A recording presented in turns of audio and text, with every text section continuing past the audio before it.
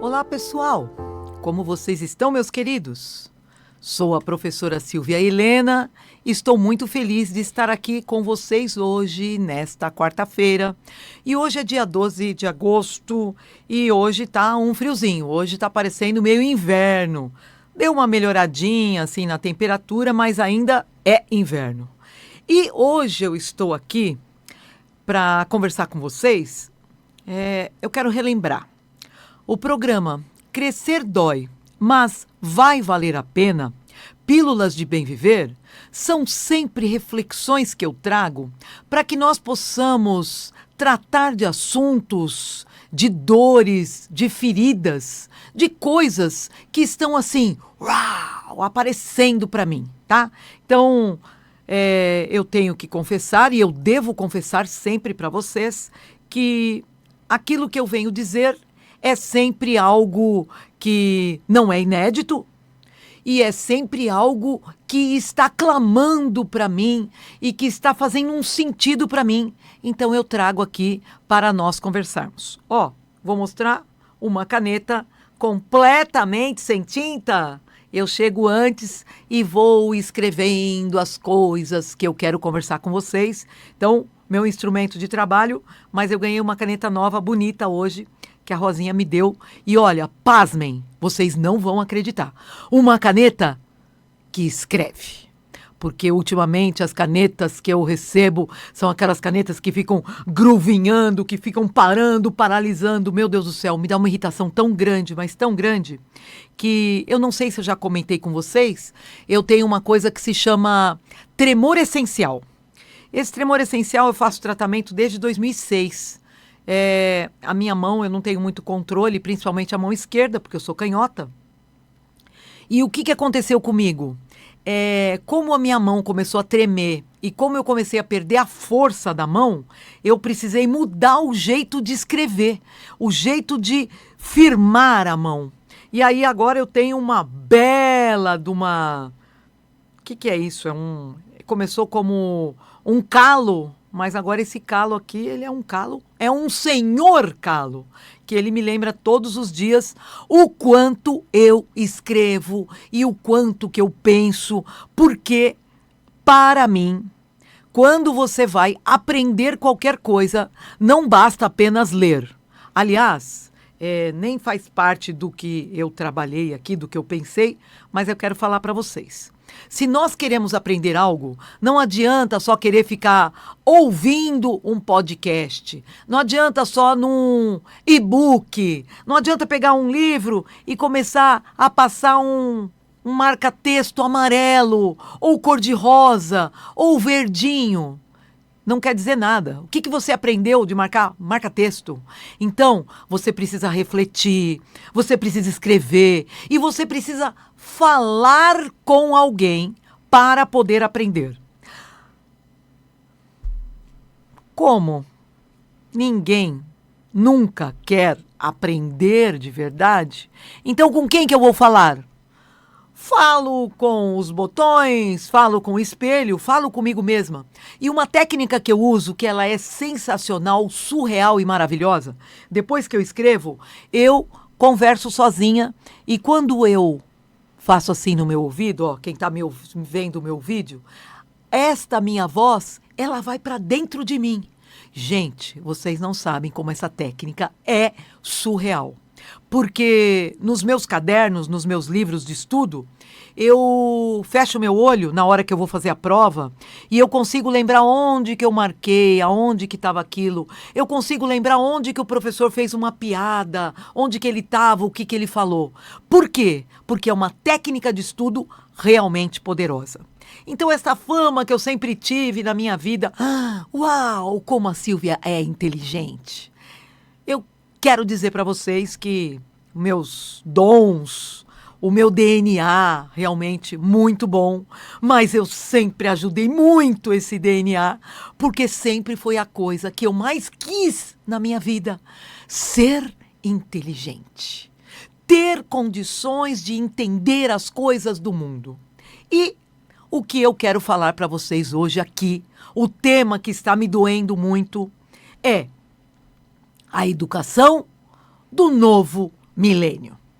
E um subtítulo para isso: crianças não aprendem e adultos não ensinam. Ah, gente, como é que você vai ser feliz assim, meu querido? Eu preciso te dizer que pode ser que amanhã você não levante da cama e pode ser que daqui a 10 anos você passe dessa para uma melhor. Eu quero que Deus me dê pelo menos mais 10 anos, eu peço isso para Ele todos os dias, mas eu não sei se eu vou ser atendida. E eu não sei se você vai ser atendido.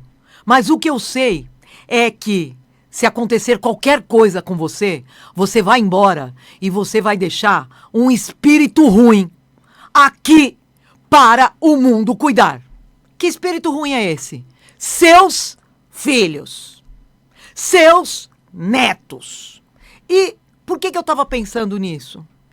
Porque eu ando vendo o que está acontecendo no mundo. E vocês sabem, vocês são testemunhas, que domingo foi o Dia dos Pais. E como domingo foi o Dia dos Pais, eu fiz muitas reflexões neste final de semana. Eu chorei muito na missa de domingo, de lembrar do meu pai, e de lembrar como que ele faz falta, e de lembrar como que a minha família, como ela era, ela me faz muita falta. E de saber que agora eu preciso cuidar e fazer com que este meu lugar no mundo, eu deixe o mundo melhor do que ele é. E eu vejo os meus alunos em sala de aula e eu ando no shopping, na lanchonete, no aeroporto, na vida, na rua, e eu vejo as pessoas que têm filhos e eu vejo como esses filhos se portam.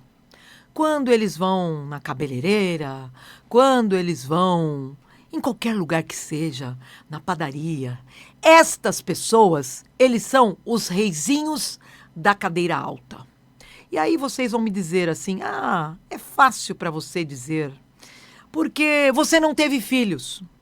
É verdade, crianças, queridos, eu não tive filho. E eu não tive filho por uma renúncia importante que eu fiz, em pensar o quanto eu iria trazer de problema para um ser que eu teria um compromisso, um envolvimento e uma responsabilidade tão grande, e que eu sabia que esta pessoa, este ser, iria passar por coisas que eu não tinha o direito de fazer. Então, ao não ter filhos, essa foi uma decisão muito importante que eu tomei na minha vida, mas foi por um motivo, devo dizer, nobre. Porque eu queria, sim, ter filhos, mas eu queria que fossem filhos saudáveis, que fossem filhos bons, alegres e felizes. E aí, o que eu vejo hoje? Eu vejo que existem dois mundos. Quando eu faço as minhas palestras sobre mudança e que eu falo sobre o Heráclito, então o Heráclito foi um filósofo grego que viveu no século IV a.C. Então ele dizia, quando você vai atravessar um rio, a cada passo que você dá, você não é mais a mesma pessoa. E a cada água que você atravessa, não é mais a mesma água. Então, a única certeza que nós temos é que não temos certeza de nada. A única certeza que nós temos é a certeza da mudança. E por causa disso, na minha palestra, eu digo assim, existe um mundo que está acabando e existe um mundo que está nascendo.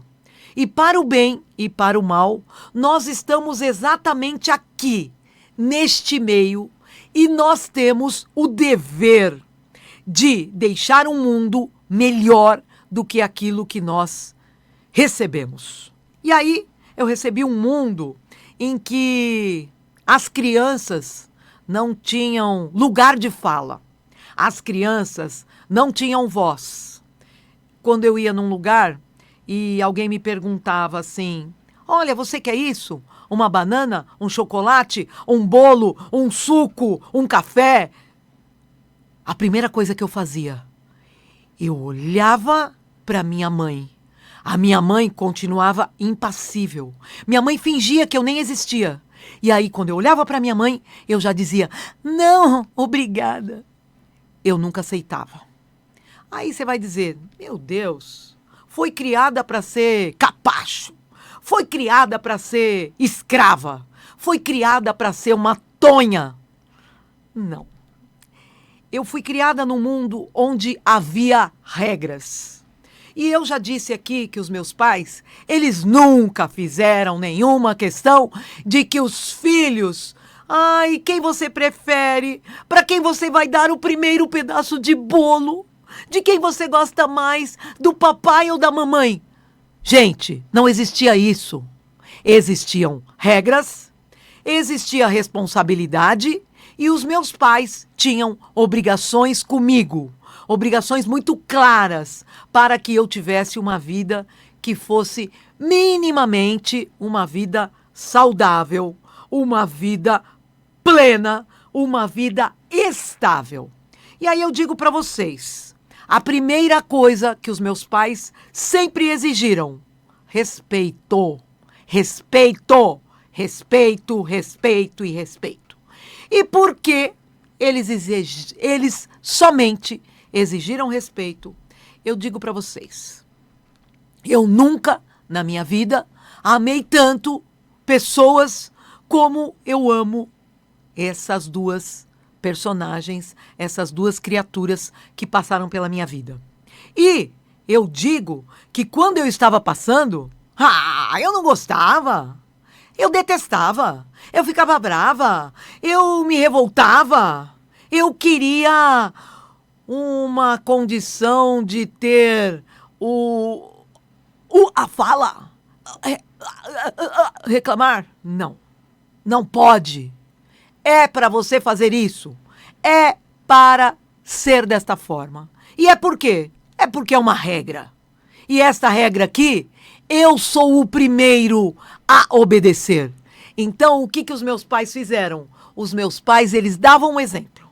E o meu pai, eu percebi, quando eu cresci, que o meu pai, ele queria, assim, ser uma espécie de exemplo, não só para nós, que o meu pai queria ser um exemplo de adulto a ser seguido. Mas o meu pai queria ser um exemplo para os outros pais, para que as pessoas o invejassem, já que ele era um pai especial. E aconteceu uma coisa assim. Meu pai era duro, o meu pai não demonstrava muito afeto, não, mas o meu pai, ele era, na medida do possível. Eu me sentia muito acolhida, eu me sentia muito apoiada, eu me sentia muito uma pessoa importante na vida dos meus pais. Eu tinha isso. E eu sei, e eu entendo, e eu faço essa leitura, que estes adultos, eles não queriam demonstrar fraqueza, vulnerabilidade, e por isso eles eram duros. E porque eles eram duros, eles tinham uma coisa, que é compromisso com o futuro, compromisso com estes filhos que eles puseram no mundo e compromisso com o mundo, a sociedade. E aí, o que a gente vai perceber? Como eles tinham estes hábitos saudáveis, o meu pai, ele tinha horror à bebida. E olha só, uma contradição. O meu pai fumava. E olha o que meu pai fazia. O meu pai falava: vai lá acender o meu cigarro. E eu ia lá no fogão, acendia o cigarro e trazia para ele. E eu vou contar para vocês que nunca na vida eu coloquei um cigarro na boca. Eu nunca bebi. Eu não gosto de cerveja, acho amargo. Eu nunca bebi. Também tive uma sorte de nunca ter amigos assim que falaram: vamos dar uma pitadinha, vamos droga, maconha, qualquer coisa que seja. Nunca tive. Por quê? Porque os meus pais também, eles vigiavam quem era o meu amigo. quem era a pessoa que ele deixava eu ter algum tipo de relação. Porque amigo mesmo de verdade, eles diziam que era minha irmã. E a minha irmã, eu gostava dos cachorros da rua, mas não gostava dela, né? Mas eu precisei ser obrigada a gostar da minha irmã. E quando aquelas pessoas que eram os autorizados a ter qualquer contato comigo, depois que eu passei do ginásio, o meu pai e a minha mãe deixaram, só que eles iam na minha casa, para eles saberem quem era aquela pessoa. E aí, quando essas pessoas tinham acesso, o que eu vou dizer? Mesmo eu ficando triste, brava, contrariada, blá, blá, blá, blá, blá, eu tinha um norte, eu tinha uma regra, eu tinha um princípio e eu tinha uma coisa que se chama limite. Limite. E no limite você dá direitos e deveres. Então você tem responsabilidade, você tem obrigações. E ai de você se você passar daquela linha. Quando você passa daquela linha, você tem responsabilidade e você vai arcar com as consequências. E aí, qual é a consequência? A consequência é a multa que você vai pagar. A consequência é que tipo de condição que você vai, porque você precisa. Aquilo é de lei. Então você tem a possibilidade de ter as recompensas, mas também vem ali os castigos, vem ali as multas, né? Então, paga essa multa aí. E por que isso? Para que você tenha consciência, para que você tenha entendimento de como é a sua vida e de como é o mundo. E aí, os meus pais, eles tinham uma boa parceria entre eles. Eles tinham, assim, muita proximidade. E a minha mãe já dizia, olha, eu não vou fazer nenhum tipo de...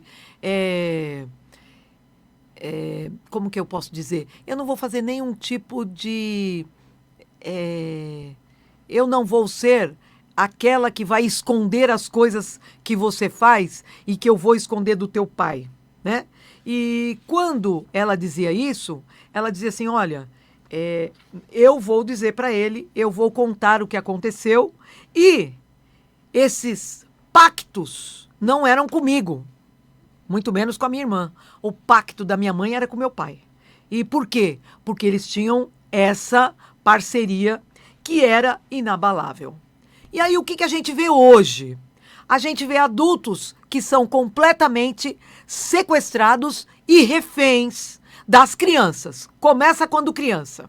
Então ela começa a fazer birra, ela começa a fazer manha, ela começa a fazer piti, ela começa a ter aquele papel de escândalo. E quando ela começa a fazer escândalo, o pai, não, ó filho, aqui, ó o celular, ó, dá um tempo aqui, não, querido, olha, passa a mão na cabeça, ai, não, abraça, não, querido, não. Gente, abraçar que tá fazendo uma coisa errada, você vai abraçar e você vai pedir desculpa? E aí o que vai acontecer? Vai acontecer isso que está acontecendo. Então eu vou contar para vocês. A Z Generation, que é a geração Z, ela é a única geração na história da humanidade em que, no último século, foi feito, isso aqui é ciência, é pesquisa, é comprovado. É a única geração que o QI é mais baixo do que o dos seus pais. Durante um século, em 10 gerações, cada geração aumentou em 2 ou 3 pontos do QI. Mas a Z Generation é mais baixa. Outra coisa que a gente percebe é... nós estamos reduzindo toda a capacidade dos infantes, dos adolescentes, dos jovens, para cuidarem das suas vidas. Eles não vão conseguir ser donos do seu próprio nariz. Por quê? Porque eles não estão sendo preparados para isso. Porque eles não estão sendo pessoas consideradas importantes no mundo. Por quê?